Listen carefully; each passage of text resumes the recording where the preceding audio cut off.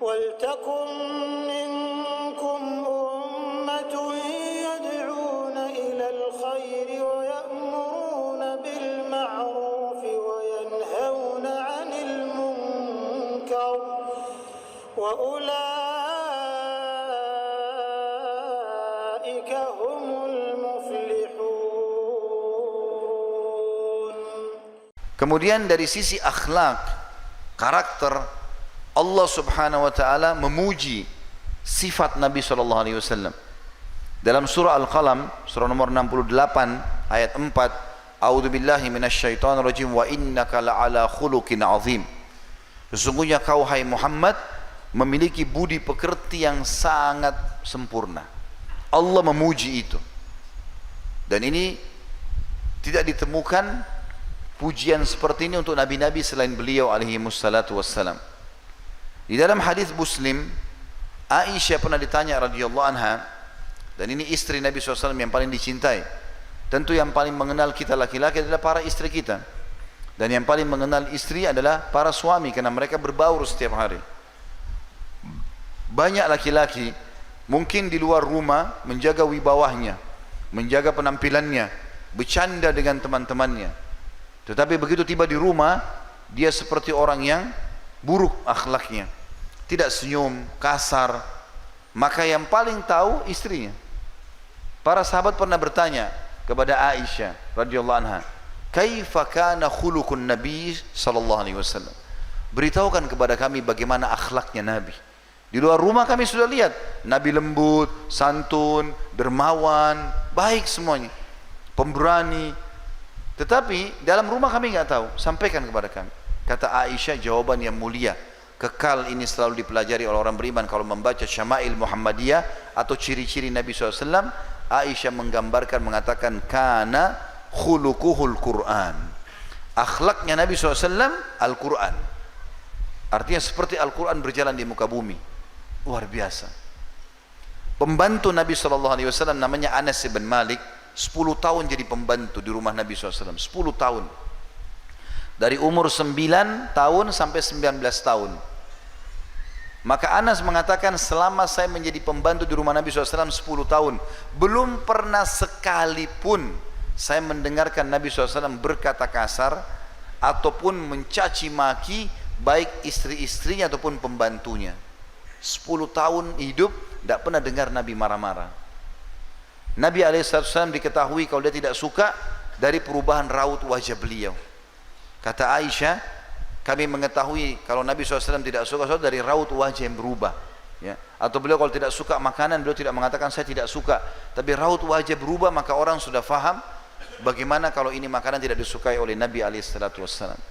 Ini akhlak yang sangat mulia, gitu. Dalam akhlak ini teman-teman, beliau tergabungkan banyak sekali hal. Dalam kedermawanan, ringan tangan, mudah membantu orang. Dikatakan oleh para sahabat, tidak pernah Nabi SAW menolak permintaan siapapun. Siapa saja minta dikasih, selama beliau masih punya. Dalam riwayat yang lain dikatakan, riwayat Bukhari juga, pernah Nabi SAW membagi-bagi. Beliau diantarkan oleh para sahabat kurma, berkeranjang-keranjang, banyak sekali. Kemudian beliau membagi-bagikan, ada orang miskin datang minta, dikasih semuanya. Sementara beliau sendiri belum makan satu butir kurma pun, belum dibawa ke keluarganya, sampai habis semuanya. Setelah habis yang dibagi-bagi, termasuk beliau punya beberapa uang, dikasih semuanya, masih ada orang miskin yang datang minta. Maka kelihatan dari raut wajah beliau rasa sedih, ya, kelihatan sedih, kesedihan karena tidak bisa bantu lagi orang ini. Para sahabat melihat hal tersebut, mereka terdiam. Tapi Umar bin Khattab berkata, mertua Nabi SAW, sahabat dekatnya Nabi, maka dia mengatakannya, Rasulullah, Allah tidak bebankan anda di luar kemampuan anda. Anda sudah bantu semua orang. Kalau tidak ada, bilang aja tidak ada ya Rasulullah. Nabi SAW diam. Ini termasuk adab dan akhlak luar biasa. Nabi tidak tegur Umar, tidak apa-apa, diam saja. Lalu Ali bin Abi Thalib di sebelahnya mengatakan, ya Rasulullah, saya masih punya 3 dirham. Ini anak mantu Nabi. Kasih, ya Rasulullah, ini 3 dirham. Silakan, anda mau kasih siapa saja. Maka tiba-tiba raut wajah Nabi berubah, senyum, lalu memberikan kepada orang miskin tadi sambil mengatakan, bihadza umirtu, beginilah aku diperintahkan. Tidak pernah menolak, ya. Teman-teman sekalian, Kalau di depan mata kita ibadah sudah depan mata, maka tugas kita eksekusi, kerjakan. Azan, sholat, bukan saatnya milih tempat di mana mau sholat. Ada orang miskin minta, tugas kita memberi, bukan menilai. Syaitan sering bisikin kita, ya. Begitu orang minta, kayaknya masih kuat nih, ya. Mungkin dia bohong. Syaitan bisikin, kebodohan sebagian orang, oh iya ya, mungkin dia masih kuat, nggak usah, nggak mau dikasih.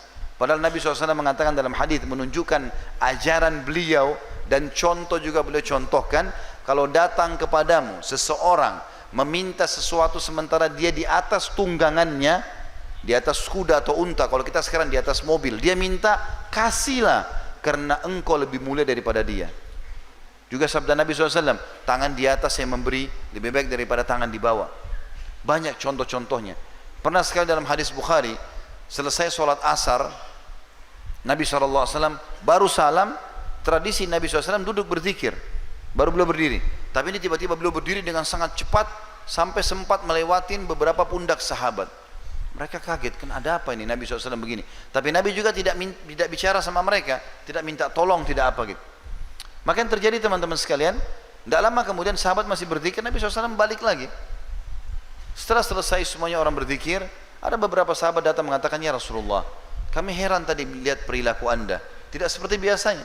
Biasanya habis sholat zikir, ini kok kenapa langsung berdiri dan pergi ke rumah anda? Kata Nabi SAW, tadi saya teringat, waktu sementara pas selesai sholat, saya teringat sebelum asar tadi, ini kan sholat asar, sebelum asar saya udah siapkan sedekah-sedekah yang saya ingin bagikan kepada orang. Tapi subhanallah saya lupa, maka saya pun pergi ke masjid. Maka saya pergi ke sana, keluarkan dulu sedekah itu, lalu saya kembali berzikir. Saking gemarnya dengan sedekah, dermawan. Dan ini akhlak Islam.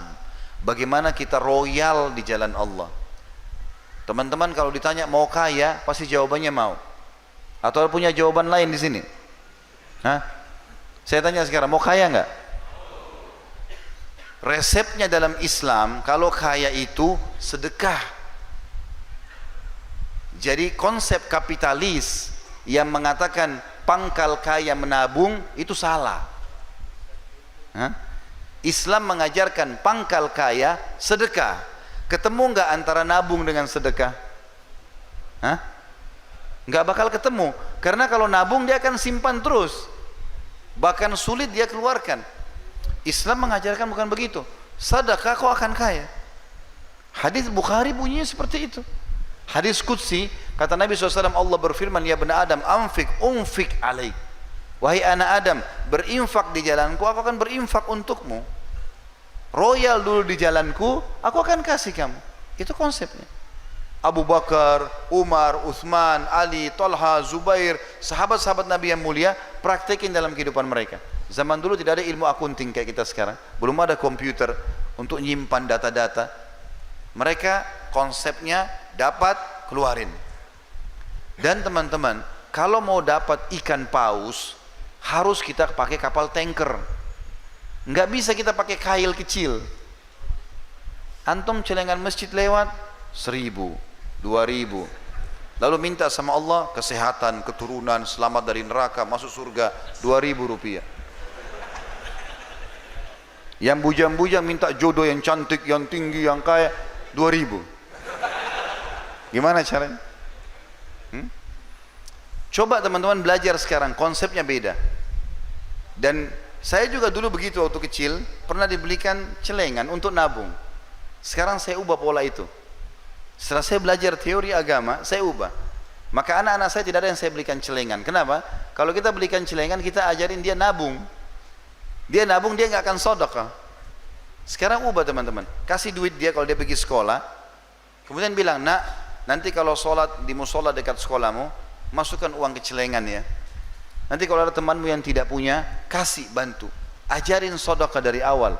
Karena sifat Nabi Muhammad SAW adalah, kata Abdullah bin Mas'ud, beliau lebih ringan, lebih cepat dalam bersedekah daripada angin yang menghembus.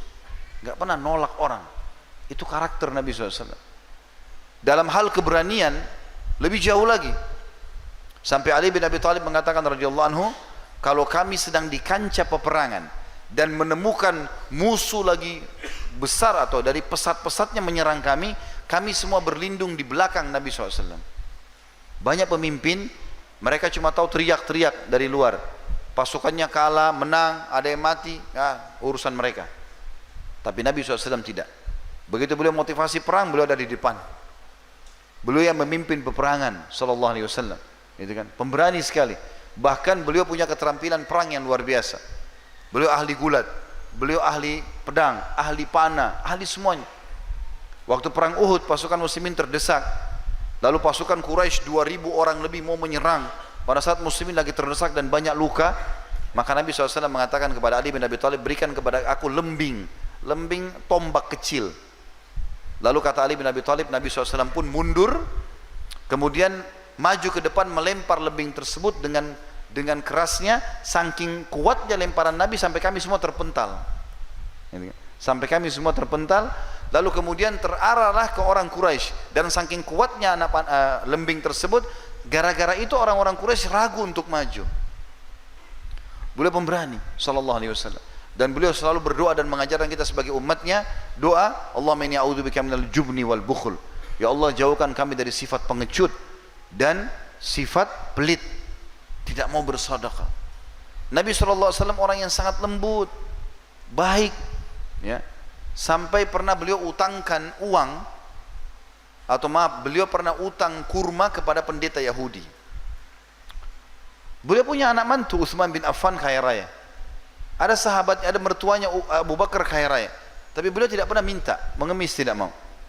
Dan beliau mengatakan dalam sebuah hadis, siapapun yang membuka pintu iffah, kemuliaan, tidak mengemis, kecuali Allah bukakan pintu kekayaan. Dan tidak ada orang yang membuka pintu mengemis, minta-minta, kecuali Allah bukakan pintu kemiskinan. Maka Nabi SAW tidak meminta. Beliau pergi ke satu orang Yahudi, utang, akan dibayar jatuh tempo. Subhanallah, belum masuk batas jatuh tempo, Nabi SAW lagi duduk di masjid, kemudian lagi nyampaikan ceramah kepada para sahabat, lagi ngobrol. Yahudi ini tiba-tiba muncul. Dia berdiri di sebelah Nabi SAW, Nabi lagi duduk. Waktu itu Nabi sebagai Nabi dan sebagai Raja, menguasa. Dan orang Yahudi ini juga salah satu masyarakatnya, karena beliau pemimpin di Madinah. Maka tiba-tiba tanpa ada angin, ada apa, Yahudi ini tiba-tiba melihat imamah Nabi, terlihat di kepala, lalu ada kain yang turun, diletakkan di pundak sebelah kiri, dari kanan turun ke kiri. Lalu Yahudi itu tarik dari belakang sisa imamah itu, sehingga leher Nabi tercekik di depan para sahabat. Maka melihat hal tersebut, Umar bin Khattab di depan marah, ya. Lalu dia henuskan pedangnya, memberikan atau menunggu isyarat dari Nabi, bunuh Yahudi ini atau enggak gitu. Lalu Nabi SAW, Umar terdiam karena Nabi SAW tenang saja dalam kondisi lehernya tercekik. Lalu Nabi balik ke Yahudi tersebut, bicara dengan baik sekali. Beliau mengatakan, ada apa hai Yahudi? Dia bilang, hai Muhammad, bayar utangmu. Padahal banyak sahabat itu tidak tahu Nabi utang. Orang ini yang sampaikan, hai Muhammad, bayar utangmu, karena saya tahu orang-orang Quraisy suka menunda-nunda bayar utang. Jadi sudah nagih, kasar lagi, lalu menghina lagi suku Nabi SAW, gitu kan. Maka yang terjadi, Nabi SAW dengan tenang, ya, dengan diam, dengan sangat tenang, dia mengatakan, bukankah belum tiba waktunya? Kan belum jatuh tempo. Dia bilang, walaupun saya mau sekarang kau bayar. Nabi SAW menghadap ke Umar, karena tadi sahabat-sahabat Nabi yang lain pada diam, Umar yang henuskan pedang. Lalu dia mengatakan, Nabi SAW mengatakan, hai Umar, pergilah ke Baitul Mal, ambil 20 sak kurma. Jadi 20 genggaman tangan utangnya Nabi, ambil dari Baitul Mal, bayarkan utang saya. Lalu tambah lagi 20 sak. Kata Umar, ya Rasulullah, 20 sak pertama utang anda, 20 sak kedua untuk apa? Kata Nabi SAW, hukuman karena kenapa kau menakut-nakuti dia. Umar marah yang dihardik oleh Nabi SAW. Umar jalan ke Baitul Mal, Yahudi ini ikut dari belakang. Umar ini sudah jengkel sekali sama si Yahudi ini. Begitu tiba di Baitul Mal, Umar tata rapi 20 sak, dihidangkan, ini punya kamu. Begitu dia mau siapkan 20 sak yang kedua, yang bonus buat dia, maka Yahudi itu bilang, gak usah hai Umar. Kata Umar, ini bukan urusanmu, ini perintah Rasulullah SAW. Kata dia, sebentar hai Umar, boleh saya bicara sebentar? Kata dia, silakan. Dia bilang, hai Umar, apa kau tahu siapa saya? Kata Umar, saya nggak mau tahu siapa kamu. Kena marah sekali Umar sama dia. Dia bilang, saya Fulan bin Fulan. Rupanya ini pendeta Yahudi. Orang ini pendeta Yahudi dan namanya masyhur. Cuma kan zaman dulu nggak ada kamera, orang nggak bisa lihat foto. Kalau kecuali ketemu fisik baru tahu kan. Sekarang kita biar tidak pernah ketemu, lihat fotonya sudah tahu orangnya. Umar bilang, apa kau betul dia? Dia bilang, iya. Saya tahu kau adalah pendeta Yahudi dan kau tahu ini adalah Rasulullah. Kenapa kau lakukan itu? Kata Yahudi itu apa? Hai Umar, apa kau kira saya orang gila? Datang ke masjid kalian, mencekik Nabi dan raja kalian, berkata kasar sama dia, itu mempertaruhkan nyawa saya. Saya sudah tahu, bisa saja tadi kalau Nabi kalian suruh, mungkin kau sudah menebas leherku. Itu sudah saya siap pertaruhkan. Kata Umar, kenapa kau lakukan? Dia bilang, sebenarnya hai Umar, saya ini sudah lama mau masuk Islam. Dan saya tahu betul ciri kenabian ada pada Muhammad. Semua yang disebutkan dalam Taurat ada sama dia. Tinggal ada satu yang saya mau buktikan. Yaitu ada dalam Taurat tertulis, ghalaba hilmuhu ghadabu. Sifat kasih sayangnya mengalahkan emosinya. Dan itu tadi saya lakukan, sengaja mancing emosinya, nagih utang sebelum waktu, cekik lehernya, berkata kasar di masjid dan di depan pengikutnya. Ternyata hai Umar, dia betul-betul seorang nabi. Maka saya mengucapkan asyhadu an la ilaha illallah wa anna Muhammad Rasulullah. Masuk Islam gara-gara akhlak Nabi sallallahu alaihi wasallam. Dan sekian banyak kisah lembutnya Nabi sallallahu alaihi wasallam ini. Dan itu teman-teman, lembut Nabi SAW seperti ini tentu pada tempatnya, pada dalam keadaan aman. Tapi kalau di kancah peperangan beda. Kalau kita sudah berhadapan sama musuh, memang dia keluar ingin memerangi agama Islam, di situ kita butuh ketegasan. Makanya Nabi SAW pernah mengambil pedang lalu berkata kepada para sahabat, siapa yang mau memberikan haknya Allah dan Rasulnya di pedang ini? Ada beberapa sahabat berdiri sampai terakhir Abu Dujana, Syammah bin Harith radhiyallahu anhu, lalu berdiri mengatakan, ya Rasulullah, apa haknya Allah dan Rasulnya di pedang itu? Kata Rasulullah SAW, engkau mengambilnya dan menghantamkan ke musuhmu sampai bengkok. Kalau di kancah perang, hukum mereka. Tapi selain itu nggak boleh. Berlemah lembut dengan mereka, menjadikan mereka sebagai mad'u, tempat untuk didakwahi, ya. Target dakwah itu adalah perintah Nabi SAW. Makanya teman-teman kita ingatkan sekali, perilaku-perilaku yang membom sana sini, lalu mengatasnamakan Islam, ini harus diberikan nasihat. Nggak boleh ini mengatasnamakan jihad. Dari mana Islam mengajarkan kita untuk bunuh diri kita? Kemudian kita mengatakan itu mati syahid, bunuh diri. Kalau kita bawa bom di kancah peperangan, lempar ke musuh, mereka meledak mati, kita kena percikannya lalu mati, mati syahid. Tapi bunuh diri, gimana caranya? Kan gitu. Maka harus difahami ini, karena banyak generasi muda salah faham dengan masalah ini. Nabi SAW berkata tentang orang kafir zimmi. Jadi orang kafir ada dua, ada kafir harbi, ada kafir zimmi. Kafir zimmi teman-teman, orang kafir yang di bawah naungan pemerintah Islam, ya. Jadi kalau mereka warga negara Indonesia tidak buat masalah, bertetangga dengan kita baik, ya, kemudian mereka juga buka usaha, mereka tidak buat masalah, nggak boleh diganggu. Kata Nabi SAW, man ada zimmiyan kuntu lahu khasiman yaumal qiyamah. Siapa yang mengganggu orang zimmi, orang kafir di bawah naungan pemerintah Islam, ya, sengaja ambil hartanya, sengaja buat masalah dengan dia, maka dia akan jadi musuhku pada hari kiamat. Nabi SAW marah. Kalau sempat membunuh orang kafir di bawah naungan pemerintah Islam atau di bawah perdamaian, perjanjian perdamaian dengan Islam, kata Nabi SAW dalam hadis Bukhari, man qatala mu'ahadan lam yarih raihatal jannah wa inna riha la tujatu min masirati arba'ina kharifa. Siapa yang membunuh orang kafir yang di dalam akad perdamaian dengan umat Islam, mereka enggak buat masalah, maka dia tidak akan mencium bau surga, dan bau surga tercium dari jarak 40 tahun. Jadi tidak boleh ganggu. Jangan kena tetangga orang kafir, ini kafir nih, matikan aja lampunya, kempesin aja ban mobilnya, tipu aja, nggak boleh. Haram dalam Islam.